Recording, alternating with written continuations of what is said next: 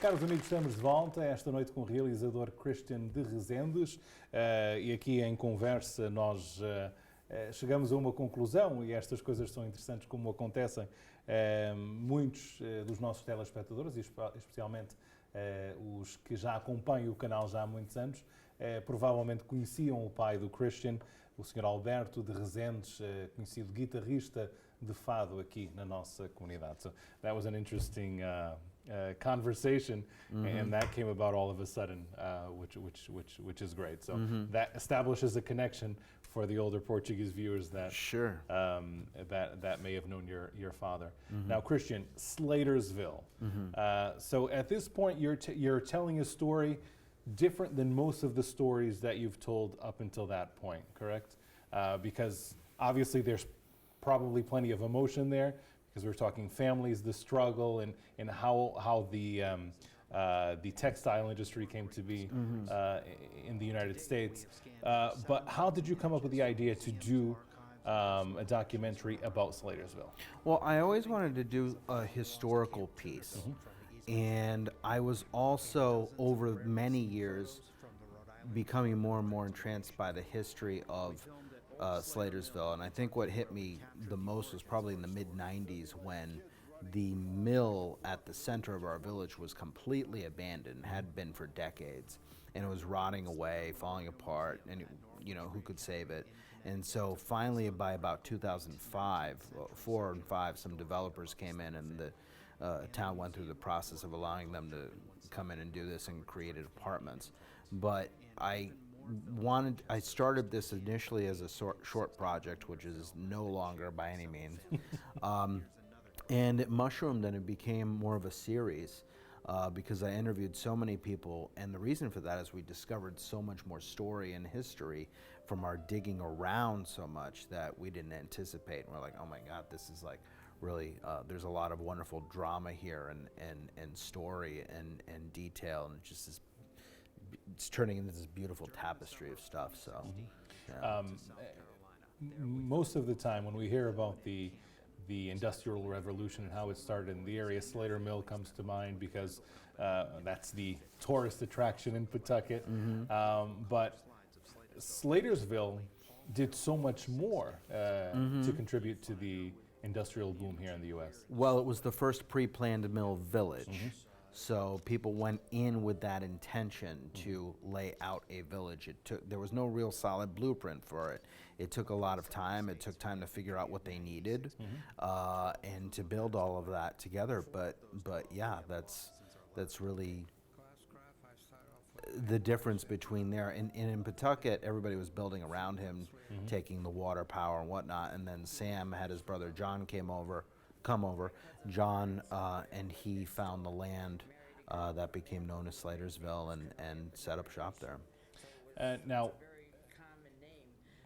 you've been able throughout the year. And how many years have you been working on this? I had thought 2012, but it was before that. Okay. Well, here's how this goes. Okay. So I look at it, 1994 was really the time I started to shoot parts of the town. Oh, wow. Okay. So I still have that footage, but that was for my high school documentary, right? But I still saved that. 2001, I was doing the same thing, but for another project, saved that footage. 2004, I said I want to do a documentary on the mill. That went into 05. Did a couple of interviews, filmed some meetings in town, shelved that, moved to New York, came back. In about 09, I learned that the town was looking for a film about the mill. That talked back and forth for a while. By the beginning of 12, we had some funding to start it. So it's hard to say. I say the official starting point is 2012, but for me it goes back obviously in different ways. Yeah. And I heard in some of the clips on YouTube, thousands of pictures, video footage that was found in random people's homes. How did you go about trying to find this stuff? Well, you talk to one person, and one person leads to another person. And so they're like, oh, you need to know about this side of the story. You need to contact Ann. I'm like, okay, I'll contact Ann. And then Ann tells you have to contact George. and then you get, It goes from and there. it goes Snowball from there. effect. Like, oh, and it's like, you know, there's that show History Detectives. It felt that way, and so, you know, one of the pieces that I put together was about a lost camp in Slatersville called Camp Tunerville. And when I started researching that, there were very few photos. Like, nobody had anything, 3 or 4 of them. But the town didn't. But then if you go digging further and you go into you find the descendants of that family, then you'll find that they have a bunch of pictures down in Warwick, and then somebody else has a bunch of pictures in Los Angeles, and then somebody has more pictures in Savannah, Georgia. And so that all comes together into the same narrative, and that takes its own time. When you find these things when they make them by diligent searching, but when they make themselves available, not when you want them to be available. You know, some things just take a while to just float to the surface and go, okay, now's the time. And I'm actually, even though I've been working on it for so long, and I plan to premiere the series in 2021, there was something, I was at a restaurant last night where somebody came up and mentioned something, and I'm like, okay, I've been wanting to fill in that gap for years. Let's talk about that. Well, that's great. Yeah. It's great that that actually happens. And once you start a project like this, it must be amazing how much you actually find out, and so much more than you probably even thought there was to tell. Yeah, there is, and it covers 2¼ centuries, so you have to be sure that you don't get too tangential. You know what I mean? Like, Or else you're oh looking wow, at let's go over here. Like, you're never gonna see the light of day. 454-part series. Right? Yeah, exactly. It's just gonna, it's the monster in Akira. It just keeps growing. You know, so. Now, you have done a few screenings thus far. We've done some. I have started something called a work in progress screening tour, and we've had a couple of dates of that. One was the other day, which is kind of how I got here, with the Portuguese Studies Department at Rhode Island College, and the Film Studies Department helped out on that too. And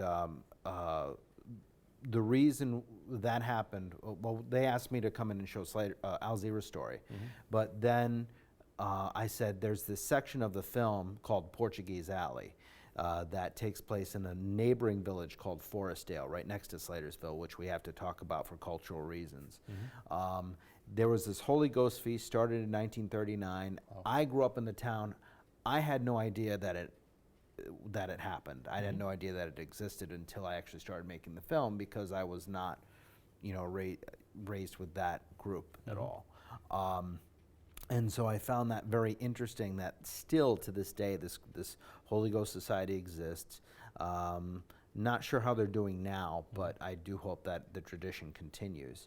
And that in Forestdale, there were primarily Azorean Portuguese there. And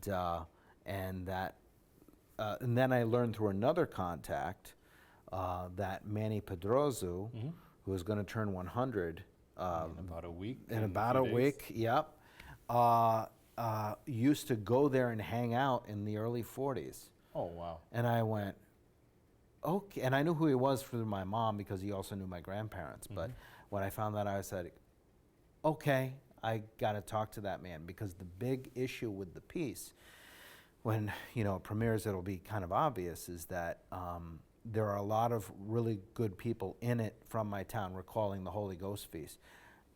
None of them speak Portuguese. None of them.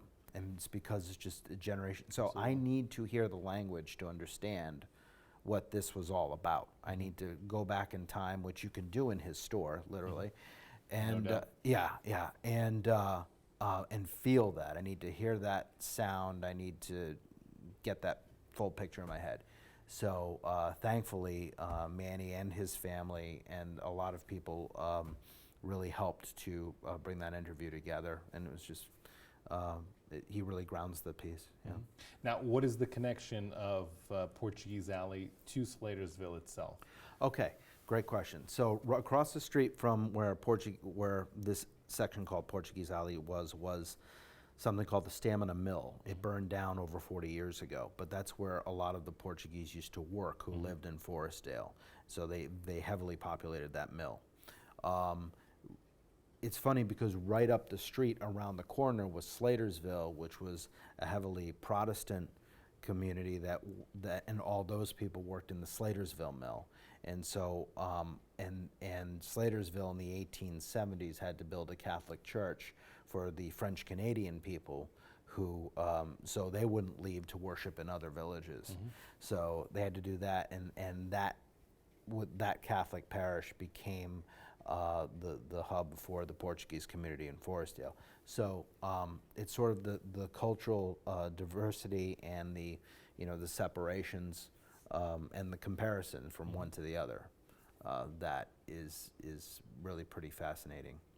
Once released, what are your plans with Slatersville? It is a series, so... Yeah, it will be a series. Right now, the solid plan is to self-distribute on Amazon Prime. That could change. I'm in talks with a couple of other people, but right now that's the definite. Yeah. There will be a screening coming up early next year, correct? Yeah, the Work in Progress screening tour is a monthly series that we're setting up in various locations.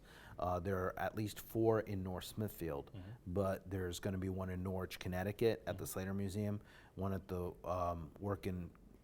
Museum of Work and Culture in Woonsocket, and another at Clouds Hill in Warwick. And all of those places are directly connected to the story and are featured in our film, and we will be creating the pieces that pertain to those parts of the story and showing them there. So every time we have another screening, it's a different part of the movie. Right. How was the screening received at Rhode Island College? Very, very nice. Very well. So it was a nice group of students and some people from the community and staff. Wonderful. And I was very grateful to Sylvia Oliveda for having us there, and that was really wonderful. Christian, it was great having you here on the show. I know there'd be so much more to talk about, but we'll save that for another time. If you can find some time in your schedule and swing by again, it'd be great to have you. Thank you very much. Thank you very much for having me. Much I appreciate success it. to you. Thank you. And we're excited to see Slatersville once it's complete. So best of luck to you. Thanks. Thank you. Senhoras e senhores, Christian DeRezendes, any words in Portuguese? I'm going to embarrass myself again. No, I'm sorry. Next time, if you have me back, then I'll You'll I'll rehearse practice. something. Yes, yes. Great. Sorry. Senhoras e senhores, Christian DeRezendes, excelente realizador, é português, é dos nossos e está a fazer coisas muito, muito interessantes e com muita qualidade. Assim terminamos mais uma semana de Hora Quente. Um grande abraço. Bom fim de semana. Tchau, tchau.